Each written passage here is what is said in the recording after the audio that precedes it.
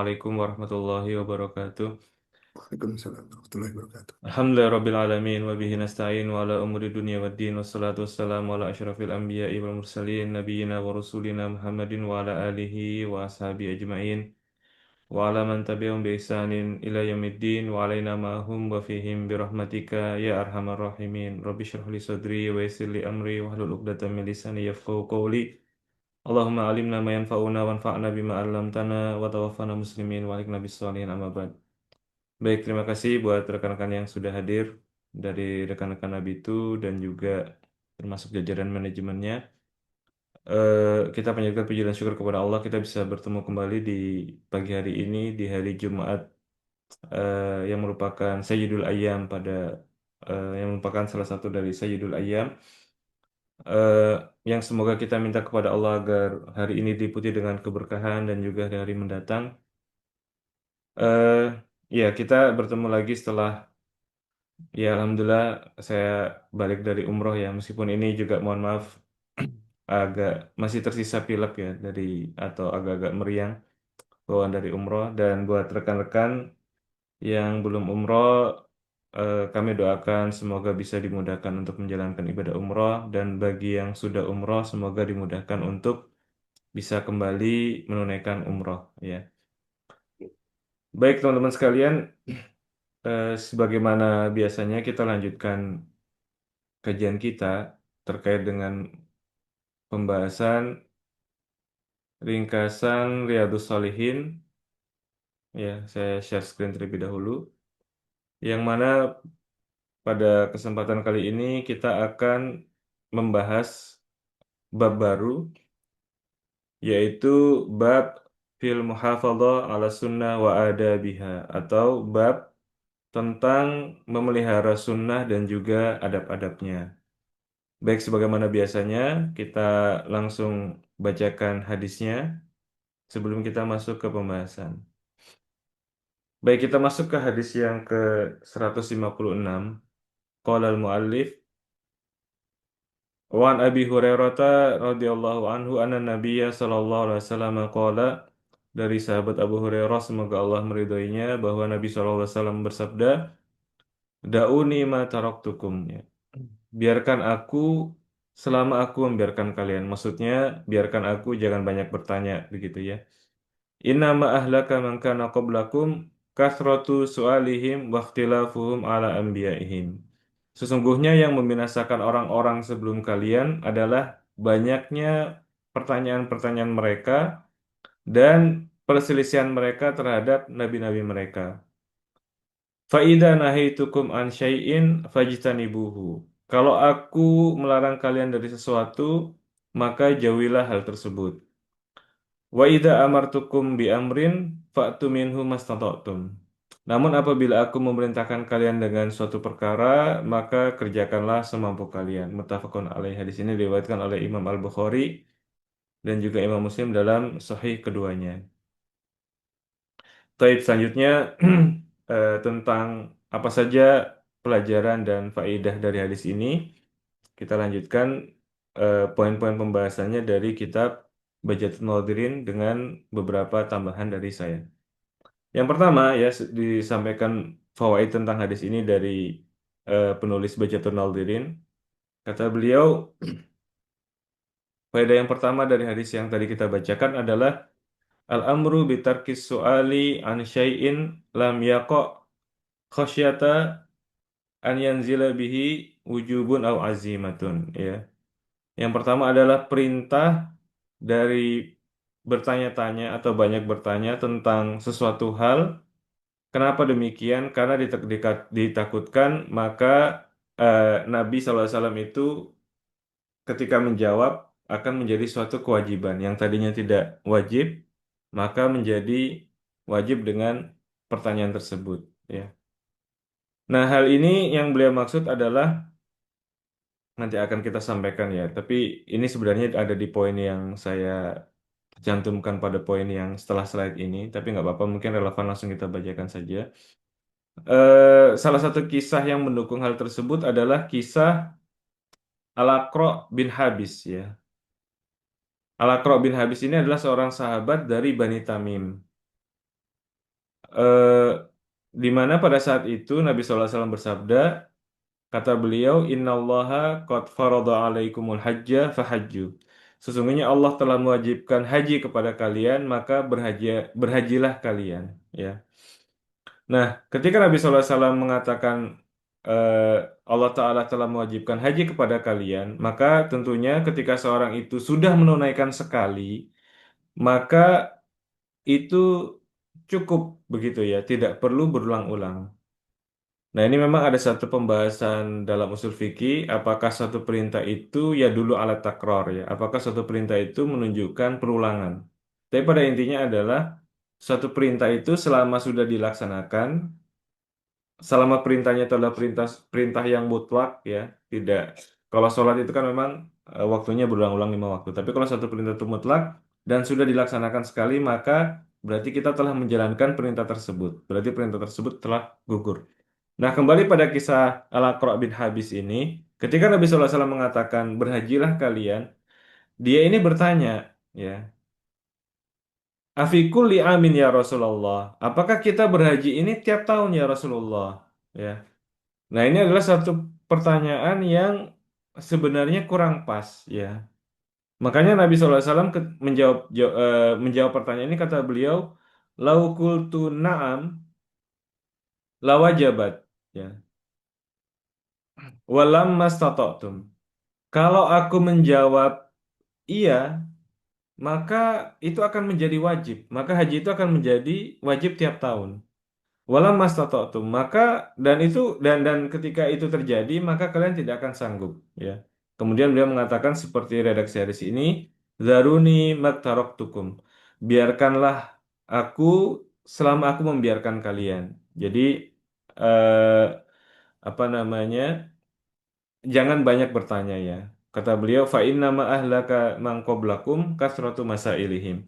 Karena sesungguhnya yang membinasakan orang-orang sebelum kalian itu adalah banyaknya pertanyaan mereka. Wakhtilafuhum ala anbiyaihim dan perselisihan mereka terhadap nabi-nabi mereka. Jadi ini selaras ya dengan hadis ini eh, bahwasanya kita tidak banyak bertanya yang mana hal itu telah memberatkan kita sendiri.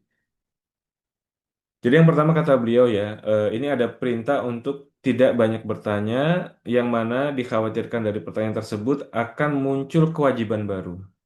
Kemudian kata beliau, faedah yang kedua adalah kasratus soali tusilu ila taqidil masail wa taftahu baba syubhati al-mufdiyati ila kasratil ikhtilaf alladhi yufdi ila halal.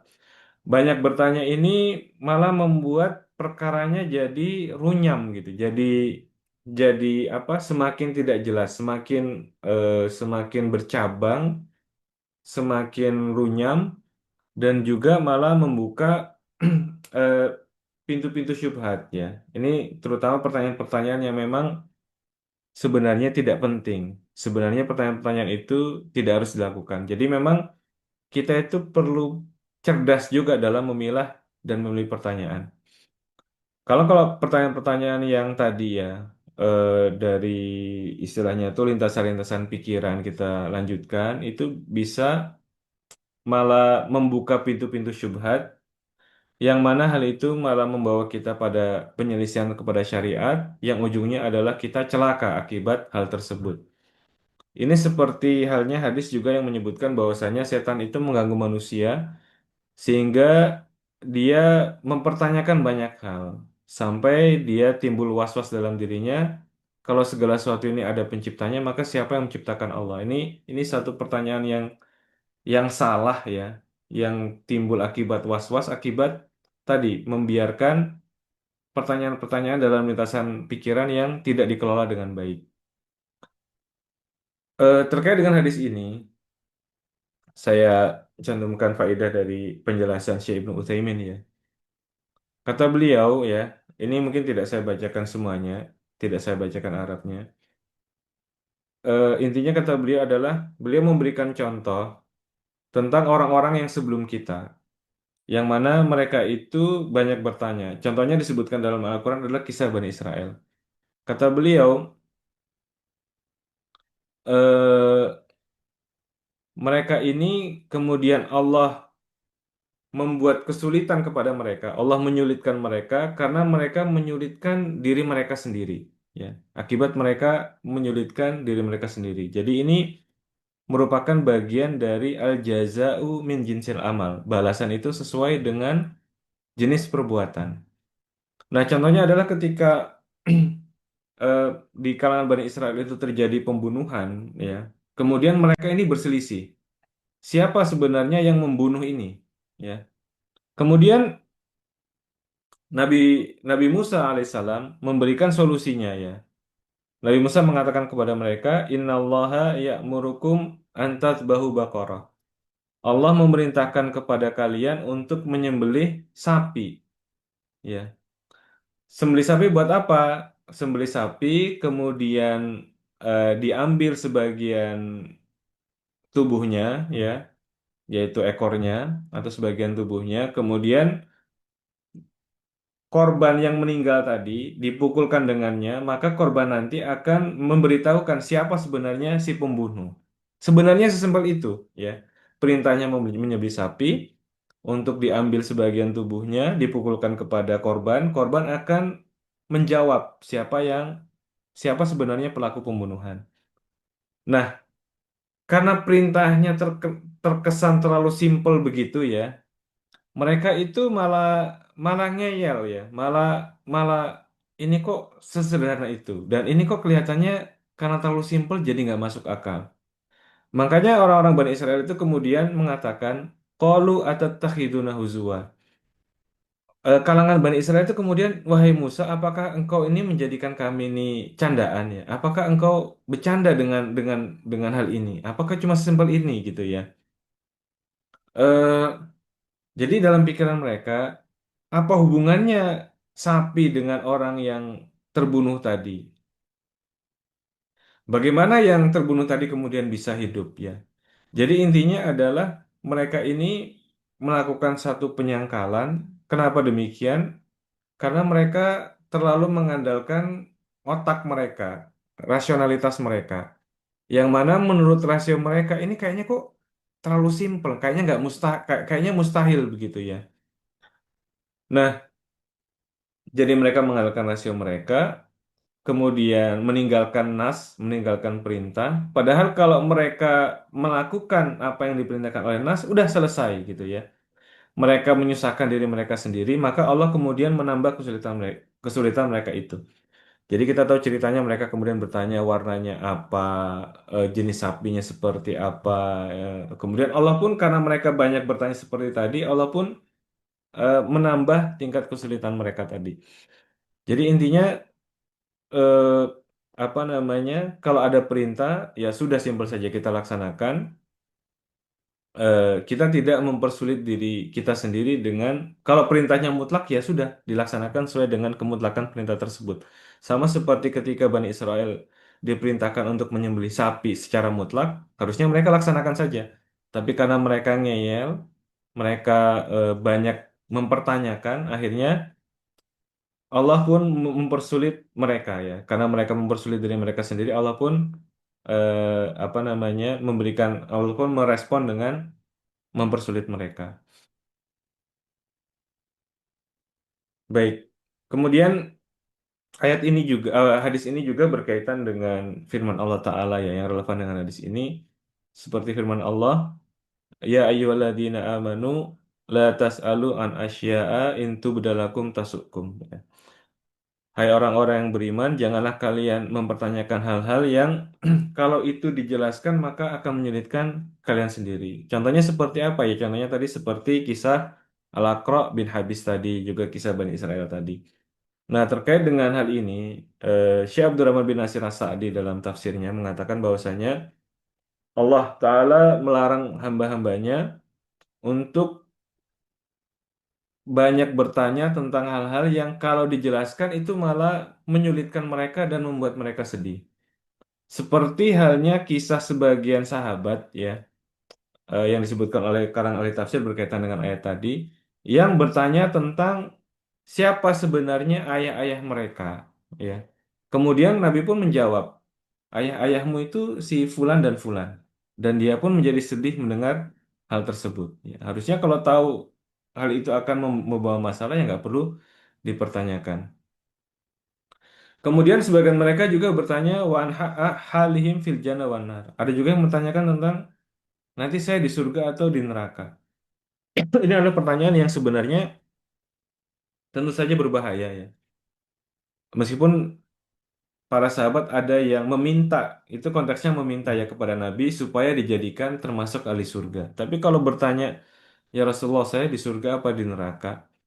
Kalau dijawab di neraka kan ya udah jadi ambiar gitu kan ya. Ini pertanyaan yang bermasalah. Kalau kalau kita meminta didoakan itu boleh-boleh saja. Seperti halnya hadis tentang masalah 70.000 orang yang akan masuk surga tanpa azab dan tanpa hisab.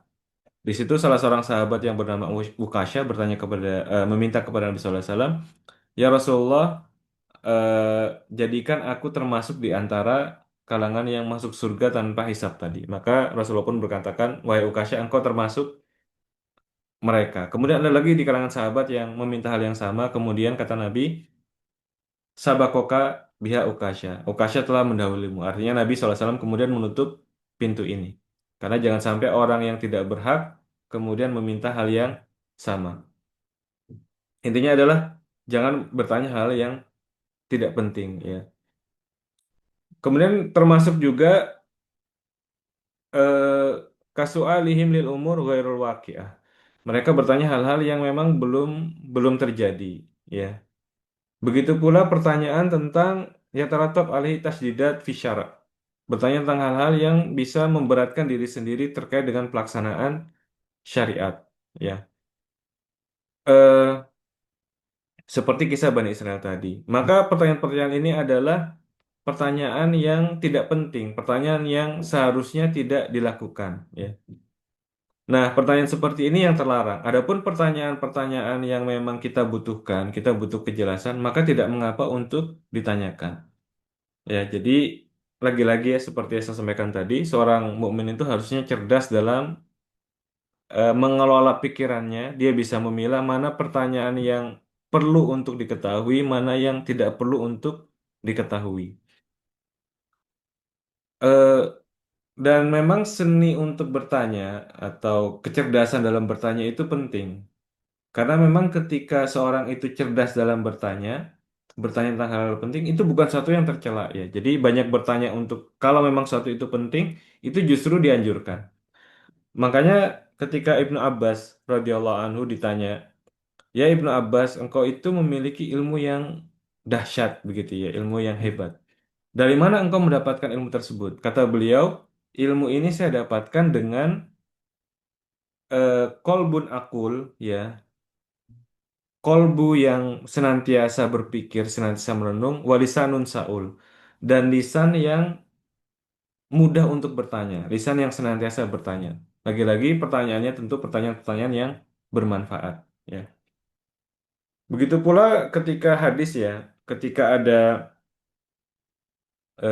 hadis populer yang ada sebagian sahabat yang lagi sakit, kemudian dia bertanya kepada sebagian sahabat yang lain, yang mana yang ditanya ini juga tidak begitu tahu. Kemudian orang yang ditanya ini eh, apakah jadi dia bertanya, saya ini lagi sakit dan saya kondisinya sedang junub, harus mandi gitu ya. Nah, orang yang ditanya ini ilmunya tidak punya ilmu, kemudian dia mengatakan, enggak, kamu tetap harus mandi meskipun dalam keadaan sakit. Akhirnya dia tetap memaksakan diri mandi dan akhirnya meninggal dunia. Maka kata Nabi SAW, kota luhu. Ya, orang-orang yang berfatwa tadi telah membunuhnya. Nah, di antara sabda Nabi SAW adalah Nabi mengatakan kenapa mereka tidak bertanya kalau tidak punya ilmunya. Jadi kalau orang tidak punya ilmu itu harusnya bertanya bukan malah memberi fatwa begitu ya. Dia memberi fatwa tanpa ilmu, akhirnya dia menyesatkan orang lain ya, memberikan satu keputusan yang salah gitu ya. Di dalam hadis itu juga disebutkan bahwasanya obat dari ketidaktahuan itu adalah dengan bertanya. Lagi-lagi kita perlu membedakan antara pertanyaan yang bermanfaat dengan yang tidak bermanfaat dan hadis ini tentang atau merupakan kecaman terhadap pertanyaan yang tidak bermanfaat. Baik. Poin berikutnya kata beliau,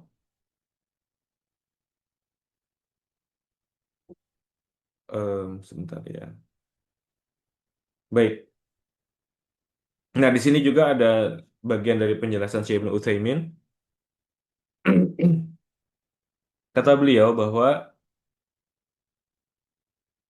pada prinsipnya amma masa kata anhu an-nabi sallallahu alaihi wasallam fahuwa afwun ya.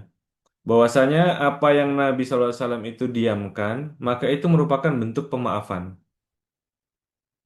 Bukan cuma Nabi, intinya secara syariat ketika suatu itu didiamkan oleh syariat, maka itu merupakan suatu bentuk pemaafan. Wahada min rahmatillah ya, itu merupakan salah satu bentuk dari rahmat Allah kepada para hambanya. Kenapa? Karena segala sesuatu, kata beliau, fal asya'u imma ma'murun biha, karena segala sesuatu itu kemungkinannya cuma ada tiga. Segala sesuatu itu bisa jadi diperintahkan, au manhiyun anha, ataupun kemungkinannya dia dilarang, au maskutun anha, atau sesuatu itu didiamkan. Ya. Jadi pilihannya itu perkaranya nggak lepas dari tiga hal ini. Diperintahkan, atau dilarang, atau didiamkan.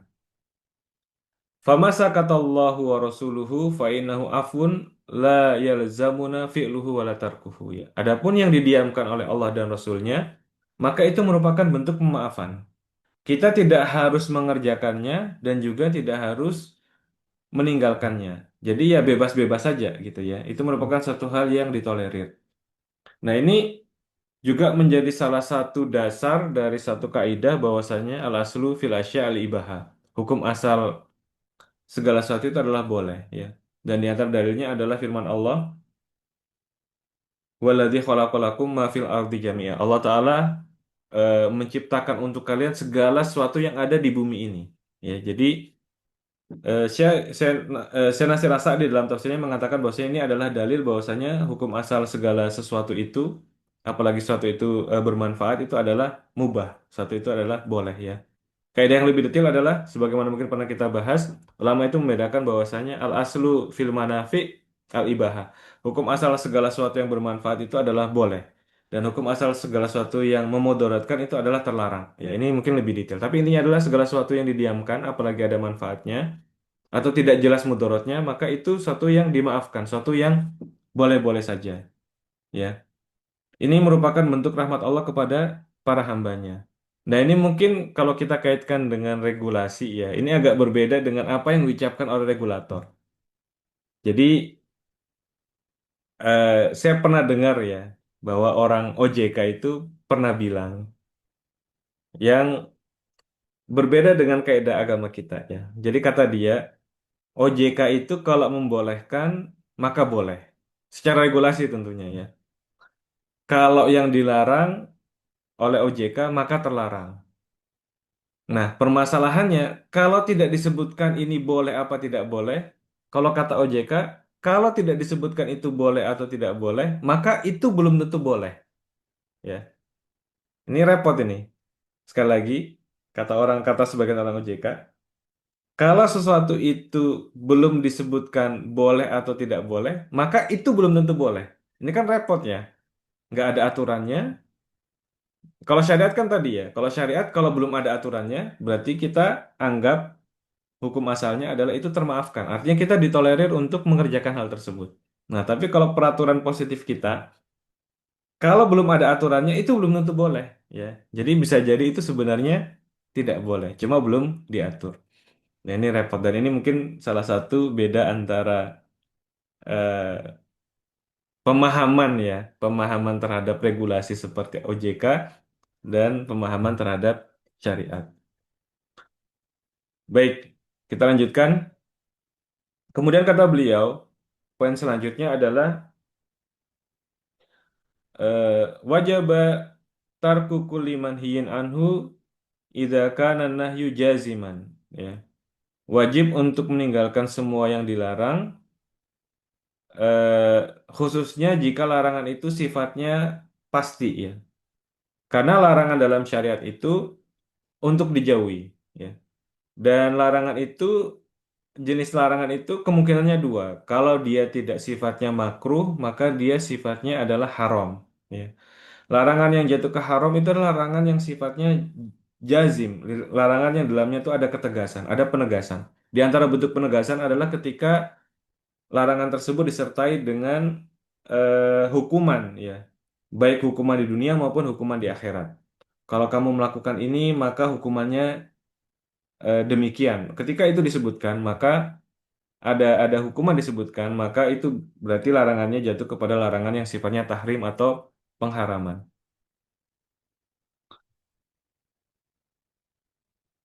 eh Kata beliau ya, li'annahu la masyaqqata fi tarkihi walidzalika kana nahyu anhu aman ya. Karena namanya meninggalkan larangan itu tidak ada kesulitan. Beda dengan mengerjakan perintah. Nah, pada poin selanjutnya beliau menjelaskan fi'lul ma'muri bihi qad yalzamu minhu masyaqqah. Adapun mengerjakan suatu perintah, maka bisa jadi di dalamnya ada kesulitan. Walidha kanal amru bihi ala qadril istita'ah. Oleh karena itu dalam hadis disebutkan bahwasanya perintah untuk mengerjakan perintah ya, perintah Nabi untuk mengerjakan perintah itu disertai dengan kemampuan. Di dalam hadis tadi kan disebutkan kalau aku larang tinggalkan. Tapi kalau aku perintah maka kerjakan semampumu. Ya. Karena memang yang namanya larangan itu adalah meninggalkan sesuatu. Yang namanya meninggalkan sesuatu itu nggak ada effortnya. Sama seperti ketika saya bilang, Bapak dan Ibu sekalian, jangan dekati batu ini. Maka larangan untuk tidak mendekati batu itu nggak perlu effort. Ya tinggal nggak didekati saja. Beda halnya kalau bentuknya adalah perintah. Bapak dan Ibu sekalian, tolong angkat batu ini. Ya ini tentu mengangkat batu itu memerlukan effort. Mungkin sebagian orang ada yang kuat mengangkat batu tersebut, ada yang tidak kuat. Ya, karena itu makanya dalam perintah Nabi SAW mengaitkan dengan kemampuan. Karena memang untuk mengerjakan sesuatu itu butuh effort. Tapi untuk meninggalkan sesuatu sejatinya itu nggak butuh effort. Ya, meninggalkan sesuatu itu nggak butuh effort. Eh, nah, terkait dengan hal tersebut ya, kalau ada pertanyaan, mana yang lebih parah hukumnya antara melanggar larangan atau meninggalkan perintah? Ya, ini pertanyaan nih. Silakan, mungkin ada yang mau jawab. Tadi udah saya sampaikan ya, premisnya ya, bahwasanya mengerjakan suatu perintah itu butuh effort. Sedangkan meninggalkan larangan itu sejatinya nggak butuh effort. Contohnya tadi kasus batu ya, meninggal apa larangan untuk mendekati batu itu nggak butuh effort, tapi untuk mengangkat batu, perintah untuk mengangkat batu itu tentunya butuh effort. Nah, pertanyaannya adalah lebih parah mana? Ini sama-sama melanggar ini. Antara meninggalkan perintah atau mengerjakan larangan. Ada yang mau jawab? Di kolom chat boleh, open mic boleh. Kang Arbi, gimana Kang Arbi? Mungkin mau menjawab? Enggak. Susah ini Ustaz. Ah, mengerjakan larangan ya dari Pak Majid ya. Karena premisnya jelas ya. Tadi udah disebutkan. Namanya mengerjakan larangan kan nggak butuh effort. Ketika itu dilanggar berarti lebih berat. Nah, tapi jawabannya tidak ya. Jawabannya ternyata meninggalkan perintah itu lebih berat hukumannya. Sebagaimana dijelaskan oleh Ibnu Qayyim dalam sebagian kitabnya. Kenapa demikian? Contoh kasusnya adalah kasus iblis dengan Adam, ya. Nabi Adam itu mengerjakan larangan, diminta untuk tidak mendekati pohon, tapi beliau mendekati pohon yang dilarang dan juga memakan buahnya. Sedangkan iblis itu meninggalkan perintah. Dia diperintah untuk sujud kepada Adam, ya, tapi dia tidak mau, ya. Nah, kenapa yang menyebabkan meninggalkan perintah itu lebih berat? Karena biasanya seseorang itu melanggar larangan itu karena hawa nafsu, ya. Dia tahu dia apa? Dia tahu, dia sadar bahwa dia keliru. Tapi memang hanya ya memang nafsu gitu ya. Seorang misalnya melakukan hal-hal yang terlarang gitu ya. Misalnya ya naudzubillah misalnya zina begitu ya. Dia tahu zina itu haram, tapi ya memang dia terbawa oleh nafsu sehingga dia melakukan tersebut. Nah, Lain halnya dengan seorang itu meninggalkan perintah. Ketika seorang itu meninggalkan perintah, biasanya itu disertai dengan kesombongan. Nah, ini yang berbahaya. Seperti misalnya iblis ya, dia nggak mau sujud kepada Adam karena dia sombong. Jadi entah karena dia kesombongan atau karena dia menyepelekan, ya, dia menganggap remeh. Ini juga bahaya, gitu ya. Jadi itu tadi. Jadi meskipun sekali lagi meninggalkan larangan itu secara logikanya itu lebih mudah, ya, tetapi meninggalkan perintah itu justru hukumannya lebih berat karena biasanya meninggalkan perintah itu disertai dengan kesombongan atau menyepelekan perintah. Baik, kita lanjutkan. Kemudian kata beliau pada poin selanjutnya, eh, yan bagi al-insyghal bil ahami al-muhtaj ilaihi ajilan amma la yahtaju ilaihi fil hal. Seseorang itu seharusnya punya skala prioritas, dia sibuk dengan hal yang lebih penting, ya, dibandingkan dengan hal-hal yang tidak terlalu penting, ya. Ini diambil dari tadi, ya, mempertanyakan hal-hal yang memang belum terjadi, gitu ya. Ini suatu hal yang sebenarnya tidak penting. Nah, ini seperti ketika sebagian sahabat bertanya kepada Nabi SAW, ya Rasulullah, mata sa'ah. Wahai Rasulullah, kapan terjadinya kiamat? Ya. Ini pertanyaan tentang sesuatu yang akan terjadi di masa depan. Eh, Nabi SAW kemudian mengarahkan kepada hal yang lebih penting, ya, yang perlu untuk dia lakukan pada saat ini. Kata Nabi SAW, wa mada a'datta laha? Apa yang sudah engkau persiapkan untuk menghadapi kiamat tersebut? Ini lebih penting dibandingkan mempertanyakan kapan kiamat itu terjadi, ya. Itu di masa depan, tapi kalau persiapannya itu harus dilakukan pada saat ini.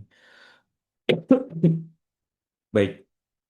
Kemudian poin selanjutnya kata beliau, eh, yang bagi alal muslimi an yabhata amma jaa anillahi wa rasulihi thumma yajtahid fi fahmi dzalik.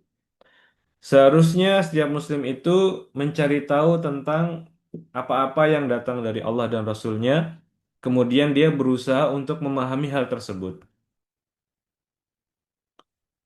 Eh, Wat tawakkuf ala muradillahi fihi, ya. Ini kelihatannya ada typo, ya. Cuma saya lupa ini typo sebenarnya seperti apa, ya. Intinya adalah dia berusaha mencari tahu hal tersebut dan mencari tahu apa maksud Allah dengan ayat atau hadis tersebut, ya. Jadi mencari tahu apa yang datang dari Allah dan Rasul-Nya, kemudian mencari tahu juga apa maksud dari Allah dan Rasul-Nya dalam hal tersebut. Summa yastaghilu bil amali bihi. Kemudian dia sibuk mengamalkan hal tersebut. Fa in kana minal ilmiyat saddaqahu wa taqada haqiqatahu. Kalau yang datang dari Allah dan Rasul-Nya itu dalam bentuk informasi-informasi, ilmu-ilmu, maka dia benarkan informasi-informasi tersebut dan dia meyakini hakikatnya, ya, sesuai dengan datangnya informasi tersebut. Jadi tidak diselewengkan ke sana kemari, ya, tidak ditafsirkan macam-macam. Ya, dia imani hal tersebut. Wa in kana fil amaliyat, namun kalau apa yang datang dari Allah dan Rasulnya itu dalam bentuk amalan-amalan, badala wus'ahu fi tatbiqihi wal qiyamu bihi. Maka dia mencurahkan effortnya untuk mengerjakan hal tersebut. Jadi kalau suatu itu berupa dengan informasi-informasi, maka dia benarkan informasi tersebut. Tapi kalau datangnya dalam bentuk amalan-amalan, maka dia mengerjakan amal-amal tadi. Baik, ini eh, poin-poin yang kaitannya dengan hadis yang tadi kita bacakan. Kita masuk kepada hadis selanjutnya. Hadis ke 158. Wa an Abi Hurairah radhiyallahu anhu anna Nabiyya sallallahu alaihi wasallam qala kullu ummati yadkhulunal jannata illa man aba. Ya. Seluruh umatku akan masuk surga kecuali yang enggan. Qila wa man ya'ba ya Rasulullah. Maka sebagian sahabat pun bertanya, wahai Rasulullah, kok ada orang yang nggak mau masuk surga? Kok ada orang yang enggan tersebut? Qala, maka Nabi SAW pun menjawab, Man ata'ani dakhalal jannah, wa man asani faqad aba. Siapa yang taat kepadaku, maka dia akan masuk surga, wa man asani faqad aba. Siapa yang durhaka, siapa yang mendurhakaiku, atau siapa yang melanggar perintahku, siapa yang mendurhakaiku, maka dia sungguhnya telah enggan untuk masuk surga. Rawahul Bukhari. Di sini adalah hadis sahih yang diriwayatkan oleh Imam Al-Bukhari. Baik, kita masuk kepada poin pembahasannya atau poin faedahnya. Kata penulis Bajatul Naudhirin ya, poin-poin pelajaran dari hadis ini diantaranya yang pertama adalah khalaqallahul ibada liyarhamahum wa yudkhilahum dara rahmati ya. Bahwasanya Allah menciptakan para hambanya ini eh, dia untuk Allah Ta'ala memberikan rahmatnya kepada mereka dan agar Allah Ta'ala memasukkan mereka ke surganya ya. Makanya secara secara syariat Allah Ta'ala itu mengajak para hamba itu untuk taat ya. Karena memang Allah Ta'ala ingin me- menebarkan rahmatnya kepada mereka dan ingin memasukkan mereka ke dalam surga. Meskipun pada kenyataannya banyak orang yang tadi durhaka kepada Allah dan Rasulnya sehingga mereka kemudian tidak masuk surga. Kemudian poin kedua, Ar-Rasulullah SAW muballighun an Rabbihi. Bahwasanya Nabi SAW itu adalah penyampai dari Robnya. Ya. Jadi siapa yang eh, taat kepada beliau maka sungguhnya dia taat kepada Allah. Ya. Karena beliau adalah penyampai kepada Robnya. Jadi tidak mungkin seorang itu mengaku taat kepada Allah, kemudian dia durhaka kepada Nabi SAW. Ya, karena Nabi SAW itu adalah eh, penyampai dari Robnya.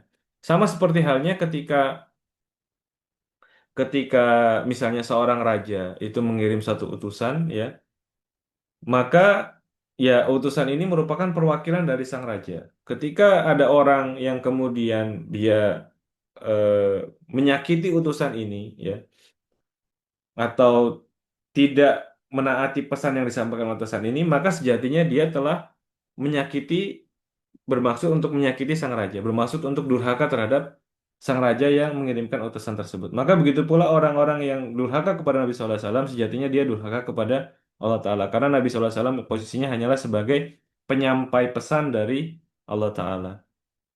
Kemudian kata beliau, Man asa Rasulullah SAW, faqad radda rahmatullah. Siapa yang durhaka kepada Nabi SAW, maka sejatinya dia telah menolak rahmat Allah. Ya. Dia seolah-olah dia tidak menginginkan rahmat Allah. Ya. Kemudian poin selanjutnya kata beliau, masya masyaqqatullahi wa rasulihi tujibun nar. Ya. Orang yang menentang atau durhaka kepada Allah dan Rasulnya, konsekuensinya adalah dia masuk ke dalam neraka. Ya. Jadi memang pilihan di dalam di akhirat itu cuma ada dua. Kalau nggak surga, neraka. Kalau dia enggan masuk surga, berarti dia siap-siap masuk neraka.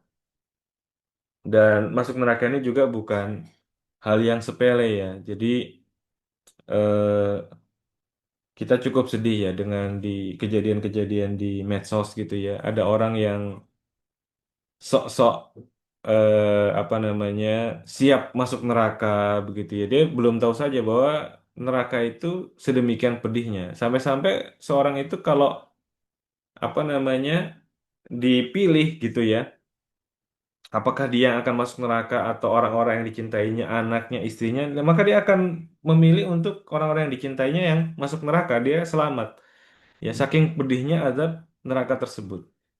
Nah, beda dengan bencana dunia ya. Kalau bencana dunia kita saksikan ya seperti ada kejadian gempa atau apa, ada orang tua yang melindungi anaknya. Lebih baik dia yang mati dibandingkan anaknya. Ini kalau di dunia ini mungkin ya, karena memang musibah dunia itu nggak seberapa. Tapi kalau musibah akhirat, bencana akhirat, orang nggak seperti itu.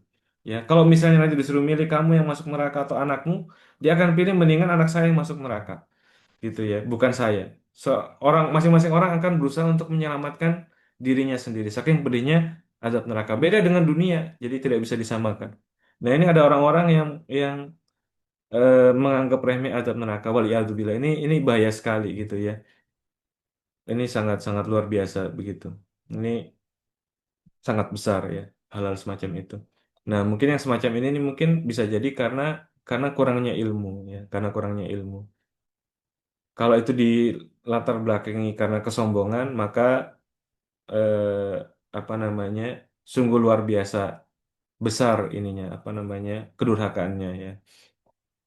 Ya, semoga orang seperti ini semoga Allah sadarkan ya, semoga bisa kembali kepada jalan yang benar. Kemudian kata beliau yang terakhir adalah najatul mar'i fid dunya wal akhirah bittibai huda Rasulillah sallallahu alaihi wasallam ya. Keselamatan seorang di dunia dan di akhirat itu karena dia meneladani petunjuk dari Nabi sallallahu alaihi wasallam. Baik, saya kira masih ada waktu kita lanjut dulu ya ke hadis yang selanjutnya. Hadis ke 159. Wan Abi Muslim wakila Abi Iyas Salamah Ibni Amr Ibni Al-Aqwa ya. Dan dari sahabat Abu Muslim ada juga yang menyatakan Abu Iyas Salamah bin Amr bin Al-Aqwa ya radhiyallahu anhu. Ini tidak ada masalah ya. Entah sahabat itu Abu Muslim atau Abu Iyas, ini tidak ada masalah karena di dalam disiplin ilmu hadis semua sahabat itu adil ya. Jadi kalau sudah sampai level sahabat yang meriwayatkan, maka nggak ada masalah siapapun sahabat yang meriwayatkan hadis. Yang jadi masalah itu yang perlu kita teliti adalah level di bawah sahabat. Makanya di dalam riwayat hadis ini ada dua kemungkinan. Kalau nggak Abu Muslim, maka Abu Iyas. Dan dua kemungkinan ini nggak ada masalah. Lain halnya kalau dia levelnya di bawah sahabat. Karena Abu Muslim dan Abu Iyas ini levelnya ada level sahabat. Maka siapapun yang meriwayatkan tidak ada masalah. Anna rojulan akala inda Rasulullah SAW bishimalihi. Ada seorang yang makan di sisi Nabi SAW dengan tangan kirinya. Fakola kul biyaminik. Maka Nabi SAW pun mengatakan kepadanya, makanlah dengan tangan kananmu. Kola la astati. Dia mengatakan, dia menjawab, aku tidak mampu. Kola la statota. Maka Nabi pun bersabda, semoga engkau memang tidak mampu. Ya. Ma manahu illal kibru fama rafaha ila fihi ya. Dia tidak melakukan hal tersebut ya. Orang tadi itu tidaklah menjawab dengan aku tidak mampu melainkan karena dia sombong ya. Dia menolak arahan dari Nabi SAW. Maka setelah itu ia pun tidak mampu mengangkat tangan ke mulutnya. Rawahu Muslim. Hadis ini adalah hadis yang diriwayatkan oleh Imam Muslim. Nah, terkait dengan faedah dari ini, yang pertama adalah wujubul akli bil yamini wal aklu bishimali min ghairi udhrin muharram ya. Ini adalah pendapat yang dikuatkan oleh penulis Bahjatun Nadirin bahwasanya wajib makan dengan tangan kanan. Wal aklu bishimal adapun makan dengan tangan kiri tanpa uzur itu adalah satu yang haram dan ini adalah pendapat dari sebagian ulama. Adapun pendapat dari mayoritas ulama ya makan dengan tangan kiri itu hukumnya makruh, tidak sampai pada derajat haram ya. Kecuali kalau ada uzur syar'i, kecuali memang dia tidak mampu makan dengan tangan kanan, ya dia makan dengan tangan kiri, memang dia misalnya dia baru masuk Islam begitu ya. Dia eh, sangat susah tangan kirinya untuk itu maka intinya kalau ada uzur eh, syar'i, dia tidak mampu makan dengan tangan kanan, maka eh, tidak ada karoha juga, maka tidak makruh juga. Itu hukumnya boleh. Misalnya lagi sakit tangan kanannya, misalnya lagi habis jatuh gitu ya. Qadarullah tangan kanannya jatuh, kemudian nyeri atau patah gitu misalnya. Kemudian dia makan dengan tangan kirinya. Maka yang seperti ini hukumnya boleh. Tidak makruh juga. Benar-benar boleh ya. Nah, namun sekali lagi tadi, menurut pendapat dari sebagian ahli ilmu, hukumnya adalah haram ya. Jadi dan ini sebenarnya suatu hal yang bisa dilatih. Saya ada kenalan atau keluarga yang kidal. Dia kidal untuk semua hal kecuali untuk makan ya. Dia makan bisa dengan tangan kanan. Untuk makan dia nggak, karena dia melatih ya, dilatih dari kecil dan itu bisa dilatih. Kemudian kata beliau, ya, di antara faedah lainnya, wa kullu amrin syarifin fayan bagi mubasyaratuhu bil yamin. Lianna Rasulullah SAW karena yuhibbut tayamuna fi sya'ni kullihi ya. Setiap perkara yang mulia itu seharusnya dilakukan dengan tangan kanan, ya.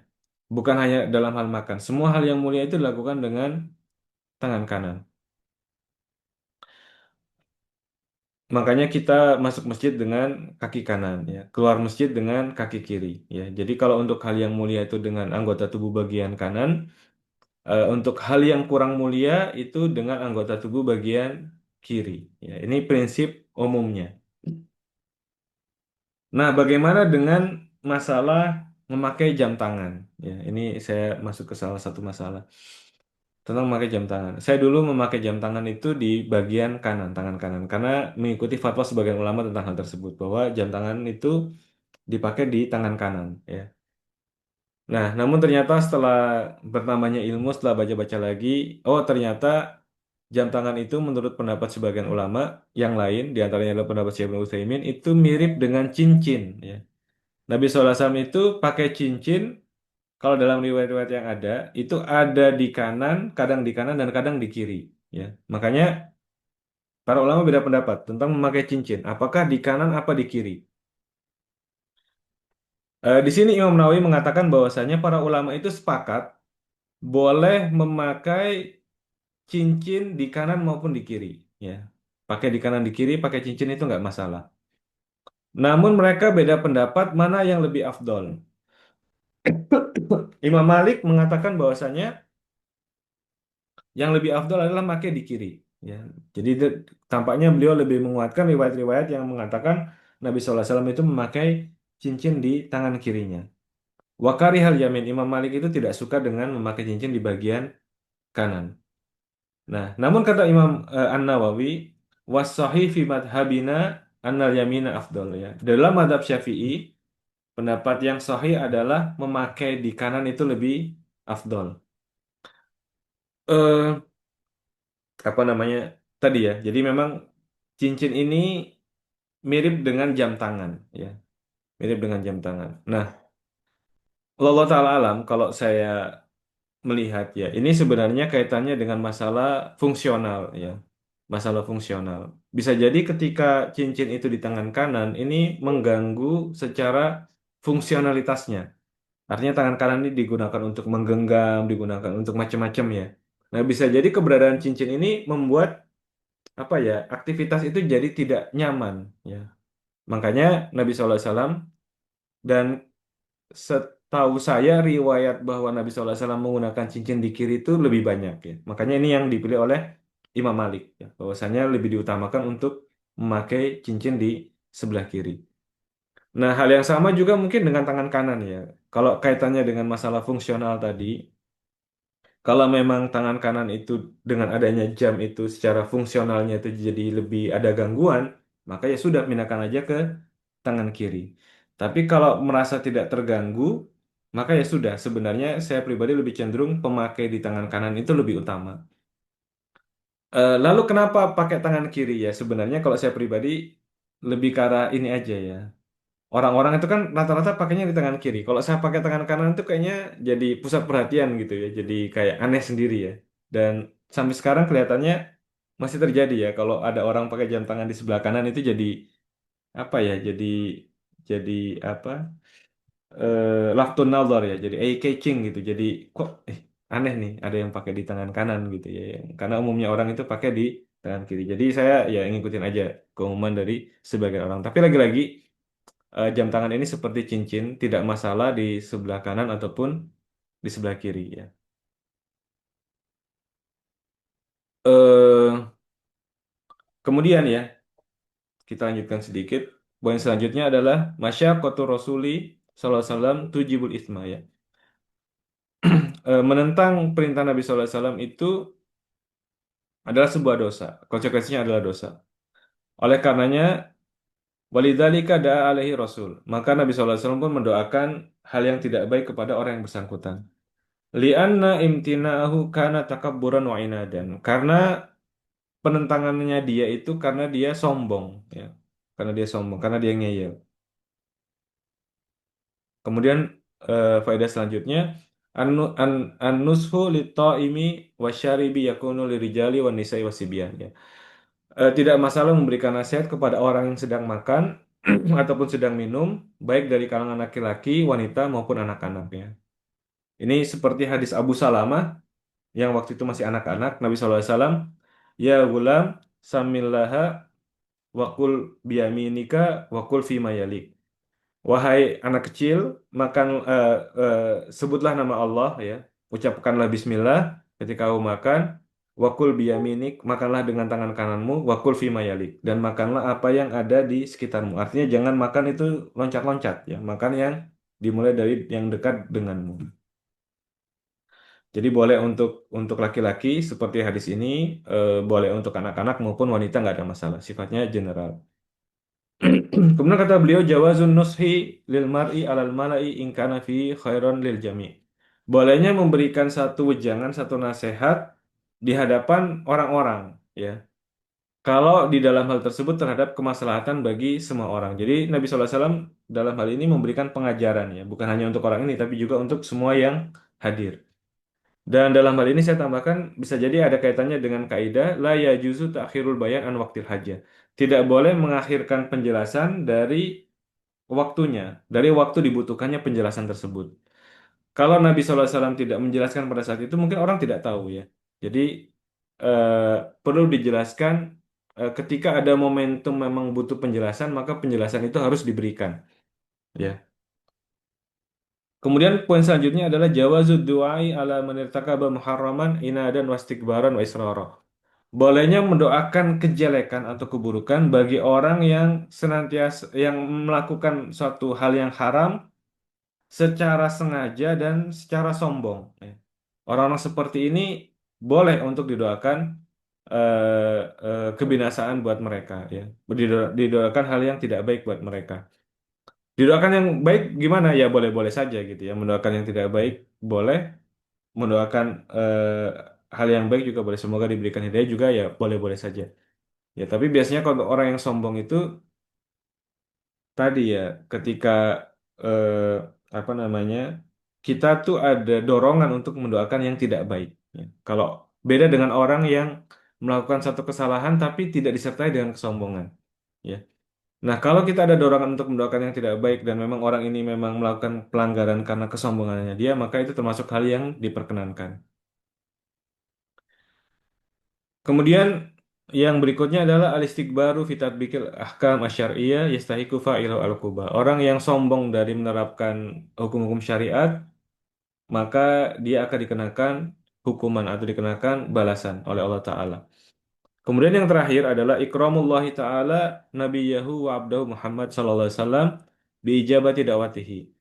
Bahwasanya Allah Ta'ala itu senantiasa memuliakan nabinya sallallahu alaihi wasallam, di antaranya adalah dengan mengabulkan doa beliau, ya. Nabi SAW sebagai seorang nabi tentunya memiliki doa yang makbul, memiliki doa yang mustajab, doa yang dikabulkan oleh Allah Ta'ala. Nah, namun di sini pelajarannya adalah eh, Nabi SAW itu memiliki doa yang makbul. Namun demikian beliau tidak hanya berdoa, tapi beliau berjuang, ya. Jadi hal-hal dalam hidup ini tidak hanya selesai dengan doa. Kalau hanya selesai dengan doa, maka Nabi SAW tidak perlu berjuang sehingga beliau terluka, sehingga patah giginya, cedera pipinya, sehingga beliau kemudian disakiti oleh kaumnya gitu, ya, diusir dan segala macamnya. Nah, tapi memang begitulah dalam hidup ini, ya. Jadi halal itu tidak hanya selesai dengan doa, ya. Dia juga butuh dengan perjuangan. Perjuangan dilakukan, doa juga dilakukan. Kalau segala sesuatunya selesai dengan doa, maka tentunya Nabi SAW tinggal berdoa semuanya beres. Tapi bukan begitu rumus dalam menjalani kehidupan. Jadi berdoa iya, tapi berjuang juga iya. Begitulah yang dicontohkan oleh Nabi kita Muhammad SAW. Baik, saya kira demikian, ya. kajian pada pagi hari ini terkait dengan pembahasan hadis-hadis dalam bab ini yang masih ada yang akan kita lanjutkan pada pertemuan selanjutnya. Eh, untuk selanjutnya kita masuk pada sesi tanya jawab kalau ada, tapi kita tutup atau kita pause dulu. Wassalamualaikum warahmatullahi ala nabiyina Muhammadin wa ala alihi wa ashabihi ajmain wa akhiru da'wana anil hamdulillahi rabbil alamin.